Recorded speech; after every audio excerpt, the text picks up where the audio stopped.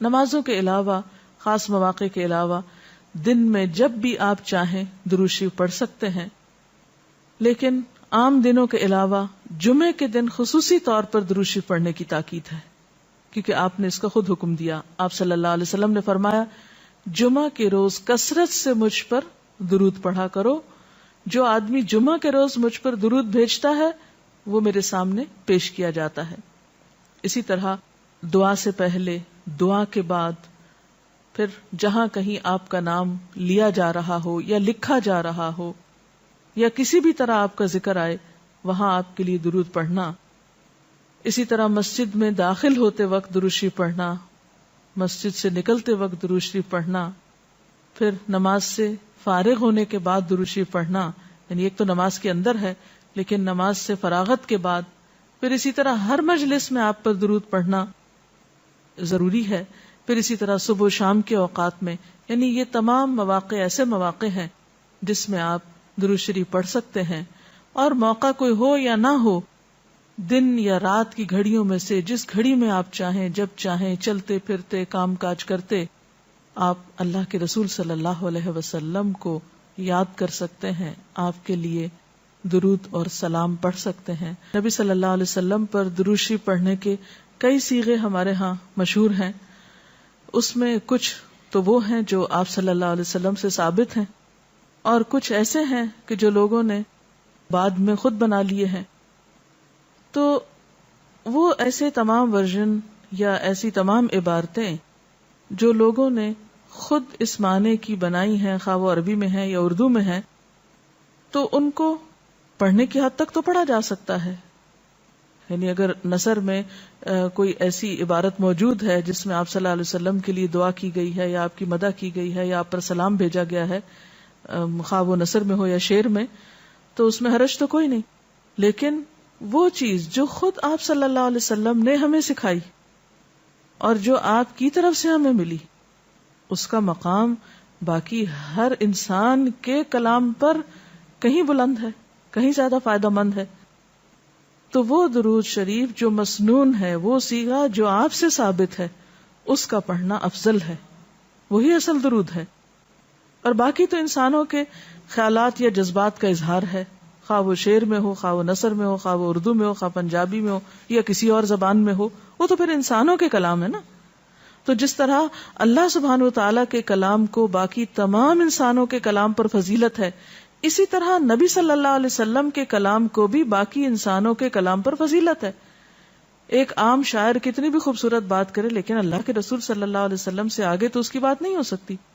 ایک عام انسان کتنے بھی خوبصورت انداز میں آپ صلی اللہ علیہ وسلم کا ذکر خیر کرے، لیکن وہ اس کے برابر تو نہیں ہو سکتا جو نبی صلی اللہ علیہ وسلم نے خود ہمیں دیا.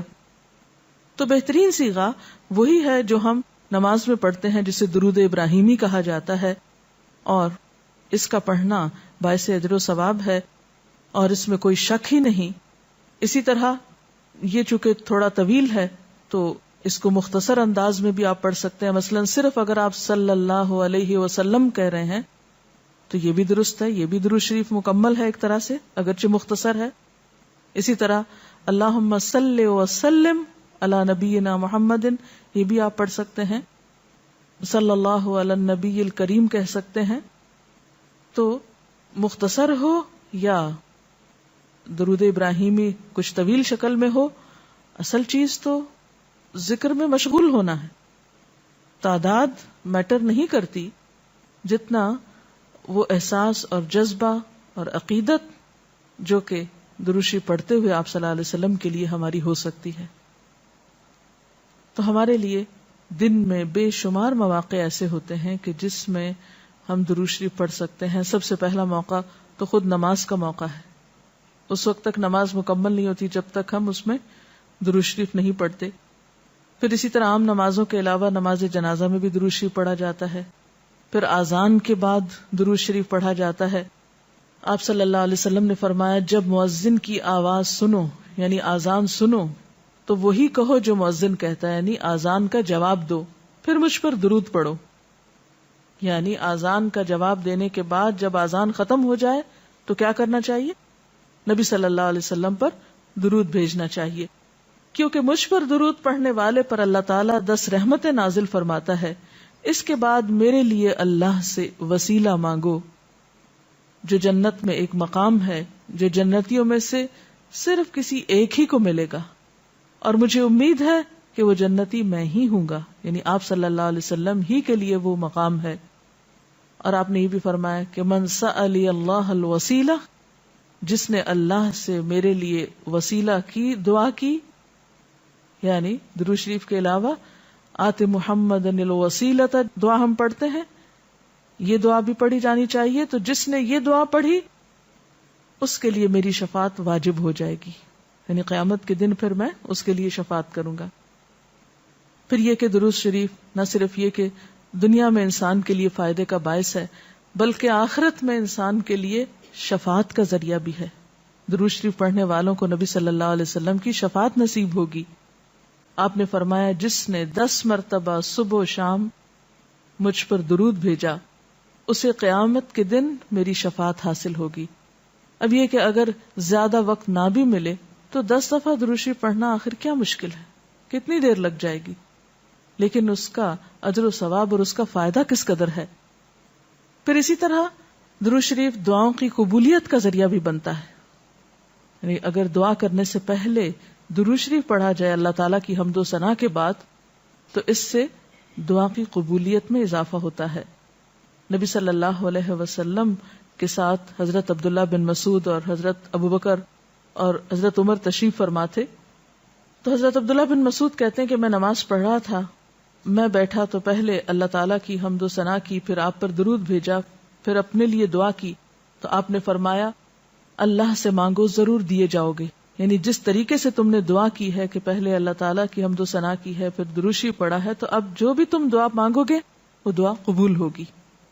پھر اسی طرح ہم دیکھتے ہیں کہ درود شریف نیکیوں کا دروازہ کھولتا ہے، نیکیوں میں اضافے کا ذریعہ بنتا ہے. آپ نے فرمایا جس نے مجھ پر ایک دفعہ درود بھیجا اللہ تعالیٰ اس کے نامہ اعمال میں 10 نیکیاں لکھے گا.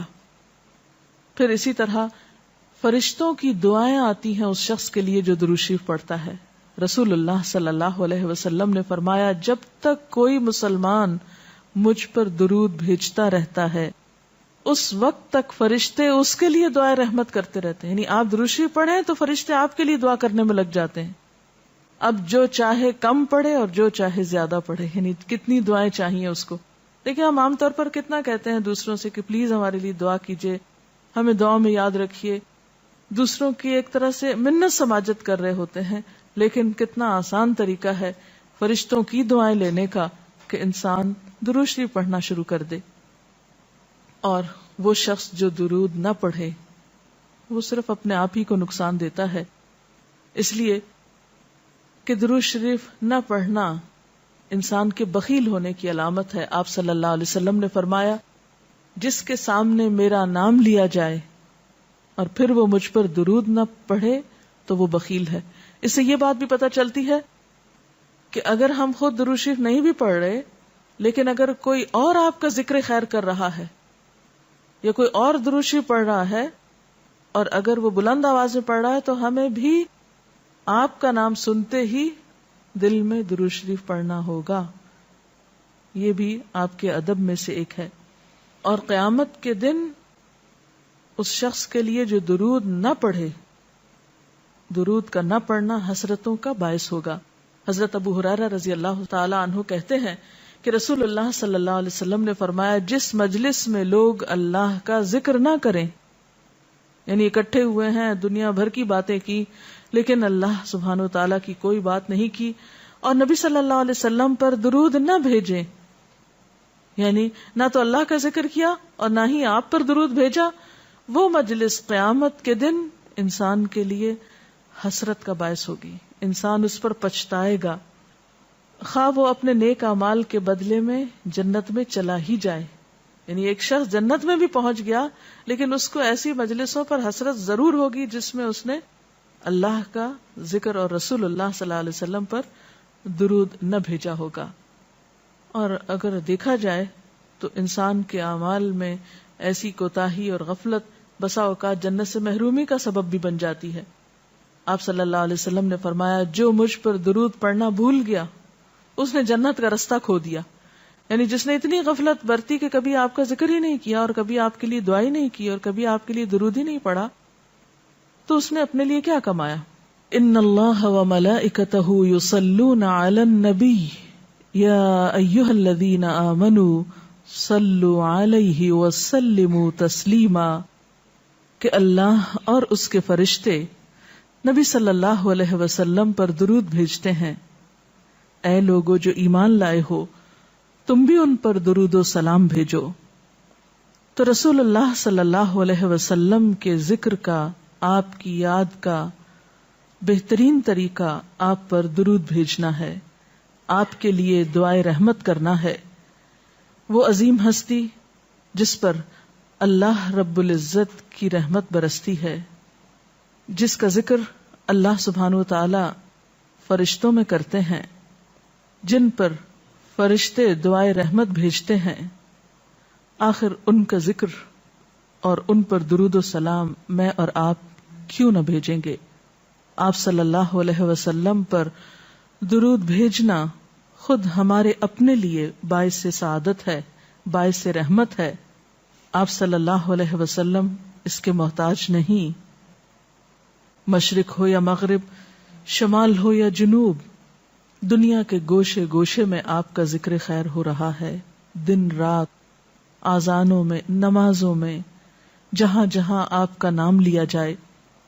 لیکن اگر ہم درود شریف پڑھتے ہیں تو اس کا فائدہ خود ہم ہی کو پہنچتا ہے, ہمارے اپنے لیے باعث رحمت ہے. تمام غموں, دکھوں, تکلیفوں, مصیبتوں اور پریشانیوں سے نکلنے کا راستہ ہے, درجات کی بلندی کا ذریعہ ہے. رسول اللہ صلی اللہ علیہ وسلم نے فرمایا, جس نے مجھ پر ایک بار درود بھیجا اللہ تعالیٰ اس پر 10 مرتبہ رحمتیں نازل فرمائے گا. ایک بار درود پڑھنے کا اجر و ثواب, اس کے 10 گناہ معاف فرمائے گا. یعنی صرف 10 رحمتیں نہیں, 10 گناہوں کی بخشش بھی ہوگی اور 10 درجے بلند فرمائے گا, یعنی درجات کی بلندی بھی. اسی طرح درود شریف آپ صلی اللہ علیہ وسلم سے قربت کا ذریعہ بھی ہے. حدیث پاک میں آتا ہے, قال رسول اللہ صلی اللہ علیہ وسلم اول الناس بی یوم القیامت اکثرهم علی صلاۃ, قیامت کے روز مجھ سے سب سے زیادہ قریب لوگ وہ لوگ ہوں گے جو دنیا میں سب سے زیادہ مجھ پر درود بھیجنے والے تھے. یعنی قیامت کے دن آپ کا قرب بھی درود شریف کی وجہ سے نصیب ہوگا. پھر اسی طرح اگر انسان کوئی اور دعا نہ بھی کر سکے, غم, دکھ اور تکلیف کی حالت میں صرف درود شریف بھی پڑھتا رہے تو اسے ساری دعاؤں سے کفایت کر جائے گا. ایک حدیث میں آتا ہے, حضرت ابی ابن کعب رضی اللہ تعالی عنہ کہتے ہیں کہ میں نے آپ صلی اللہ علیہ وسلم سے عرض کیا, اے اللہ کے رسول صلی اللہ علیہ وسلم, میں آپ پر کثرت سے درود بھیجتا ہوں, یعنی بہت زیادہ آپ پر درود بھیجتا ہوں, اپنی دعا میں سے کتنا وقت میں درود کے لیے وقف کروں؟ یعنی جتنی میں دعائیں مانگتا ہوں ان میں سے کتنے وقت کے لیے درود پڑھا کروں, یعنی آپ پر دعائے رحمت بھیجوں یا آپ کے لیے دعائے رحمت کروں. درود کا مطلب یہی ہوتا ہے. تو آپ صلی اللہ علیہ وسلم نے فرمایا, جتنا تو چاہے. اللہم صلی علی محمد وعلی آل محمد. اللہم صلی علی محمد النبی الأمی وعلی آل محمد. اللہم صلی علی محمد عبدک ورسولک كما صليت على إبراهيم وبارك على محمد وعلى آل محمد كما باركت على إبراهيم وآل إبراهيم. اللهم صل على محمد وعلى آل محمد كما صليت على إبراهيم وعلى آل إبراهيم إنك حميد مجيد اللهم بارك على محمد وعلى آل محمد كما باركت على إبراهيم وعلى آل إبراهيم إنك حميد مجيد